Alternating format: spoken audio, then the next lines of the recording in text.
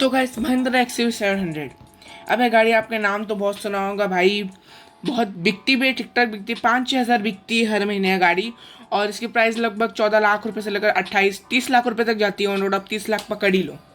लेकिन इस अगर मैं बोलूँ 30 लाख रुपए देने के बाद अगर ये गाड़ी खड़ी खड़ी जल जाए तो आप क्या बोलोगे? रिसेंटली गाइस आपने देखा होगा स्कॉर्पियन वगैरह का, मैंने बताया था केस कि वो उसका पहिया वगैरह उस व्हील कनेक्शन छूट गया था, जो कि पता है फास्टनर मिसिंग वगैरह था उस टाइम। और इससे पहले भी मैंने स्कोडा स्लाविया का केस बताया था जिसमें 16 लाख की गाड़ी जलकर राख हो गई खड़ी खड़ी 3 बजे रात को।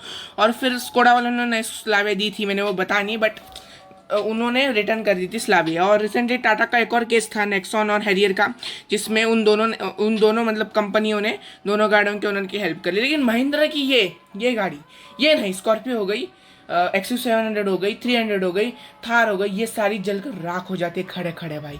थार का भी एक रिसेंट केस है, 2 रिसेंट केस है जो मैंने कवर नहीं किए थे, बट उसमें भी थार जलकर राख हो गई। मेरे पास इतनी इन्फॉर्मेशन नहीं थी, बट उसमें इतना तो था कि थार खड़ी खड़ी जलकर राख हो गई भाई। XUV700 का आप एक वीडियो देख लो भाई, जिसमें बेशरम है महिंद्रा, बेशरम, देख लो भाई वीडियो पे पहले।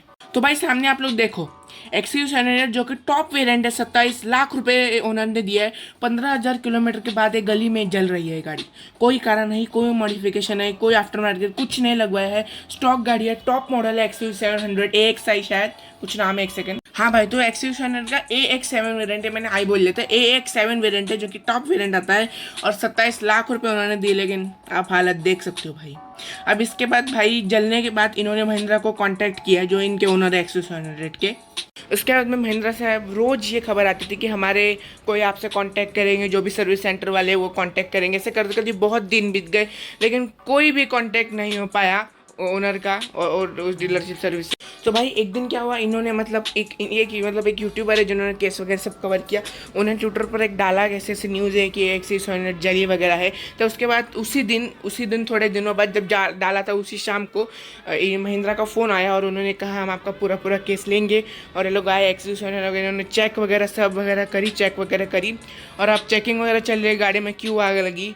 तो भाई जिस दिन हम यूट्यूब पर डालते हैं या फिर किसी भी सोशल मीडिया प्लेटफॉर्म पर डालते हैं, उसी दिन महिंद्रा और टाटा जागरूक हो जाती है भाई, क्योंकि इन्हें पता है अगर ये बाहर जाएगा तो इनकी बदनामी होगी क्या हो रही है भाई। मैं कह रहा हूँ, मतलब मैं पर्सनली कह रहा हूँ, मैं भाई टाटा और महिंद्रा की गाड़ी लेने की सोचूंगा भी नहीं कभी। मैं मारुति ले लूँगा, लेकिन टाटा और महिंद्रा की गाड़ी नहीं लूँगा, क्योंकि भाई थार ओनर मतलब कोर्ट में चक्कर वगैरह लगा रहे, बट उनकी थार जलने का कुछ भी रिप्लाई नहीं मिल रहा है। अब मैं भगवान से ये प्रार्थना करूँगा कि जो इनकी XUV700 जली है उनका जल्द से जल्द रिप्लाई मिले और गाड़ी रिप्लेस करके मिले, जैसे उस नेक्सॉन के केस में हुआ था।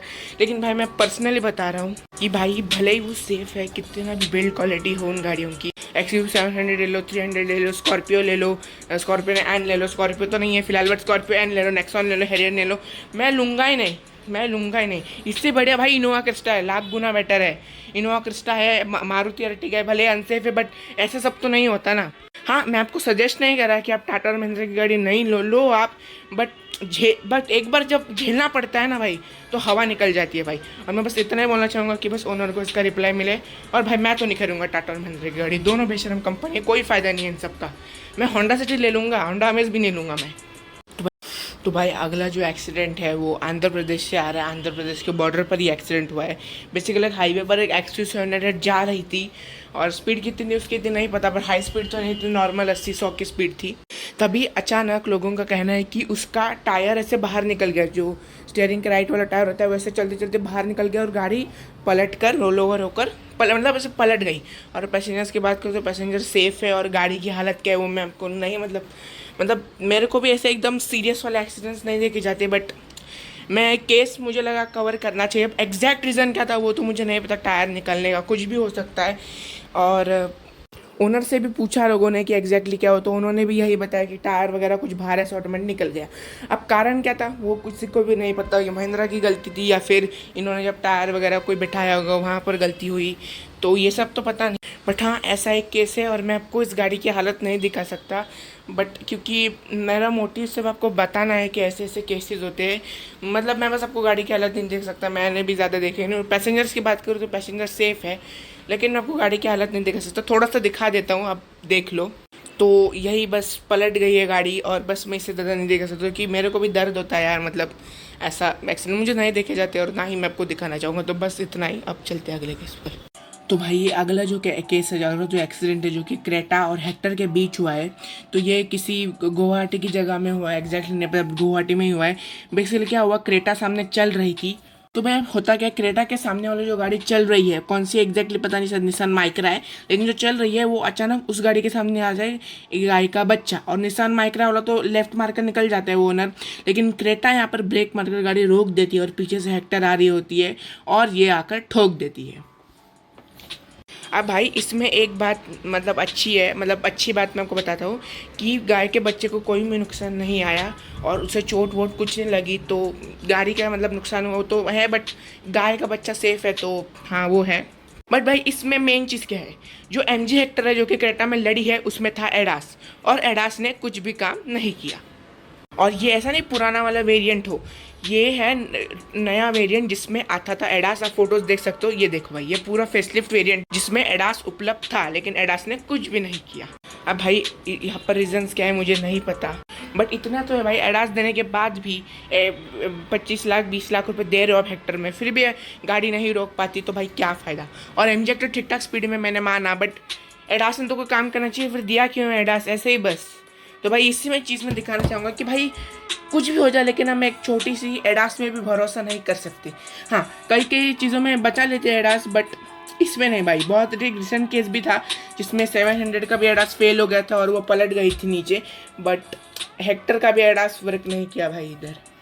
और इसमें बस एक ही चीज़ अच्छी है कि गाय का बच्चा सेफ गया, और सेफ मतलब सेफ है और उसे कोई भी इंजरीज नहीं है, बट गाड़ियों का यहाँ पर हो गया।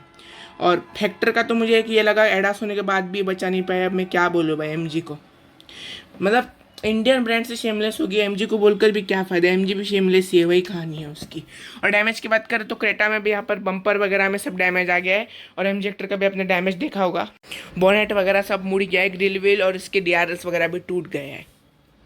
तो भाई बस इस वीडियो को बस इतना ही, और मैं एंड में इतना ही कहना चाहूँगा कि भाई इंडियन ब्रांड्स को थोड़ा ध्यान देना चाहिए। XUV700 जल रही है, थार जल रही है, स्कॉर्पियो जल रही है, तो क्या है ये सब, ऊपर से आप जवाब भी दे रही हो। जैसे हम बात करते हैं सोशल मीडिया पे आपका डाल देंगे सब कि आप ऐसा नहीं करो, वही जवाब आ जाते तुरंत। तो भाई ये क्या है, मतलब कंपनी को क्या हो गया है भाई, जैसे ही हम सोशल मीडिया की बात करते हैं यूट्यूब पर डाल देंगे, यहाँ पर डाल देंगे, वहाँ डाल देंगे, वैसे कंपनी सुधर जाती है।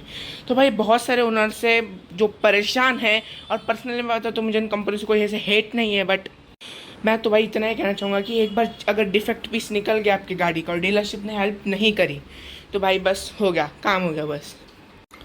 तो बस मैं यही कहना चाहूँगा, गाड़ियों से कोई बुरा नहीं है, सारी गाड़ी अच्छी है, पहली बात सेफ़ है, बट आफ्टर सर्विसेज बिल्कुल अनसेफ है भाई। और एक कंपनी सारी कंपनी करती है ऑलमोस्ट, बट टाटा और महिंद्रा से ये 80% केसेस है जो कि सबसे ज़्यादा है भाई। तो बस मैं इतना कहना चाहूँगा, कोई हेट नहीं है, आप ये गाड़ियाँ भी लो, बट एक बार डिफेक्ट पीस निकल गया ना और डीलरशिप अच्छी नहीं हुई, तो आपको बस कोर्ट के चक्कर ही लगाने होंगे और कोई आपके पास ऑप्शन नहीं है बस। और मैं महिंद्रा को इतना कहना चाहूँगा कि सोना की प्रॉब्लम को जल्द से जल्द सॉल्व किया जाए, नहीं तो भाई आगे एक्शन तो लेना चाहिए भाई। तो बाकी का क्या क्या होता है, महिंद्रा कुछ करती है कि नहीं, ये सब मैं आपको न्यूज़ देता रहूँगा, जैसे ही मेरे पास आते रहेंगी वैसे मैं आपको न्यूज़ भी देता रहूँगा।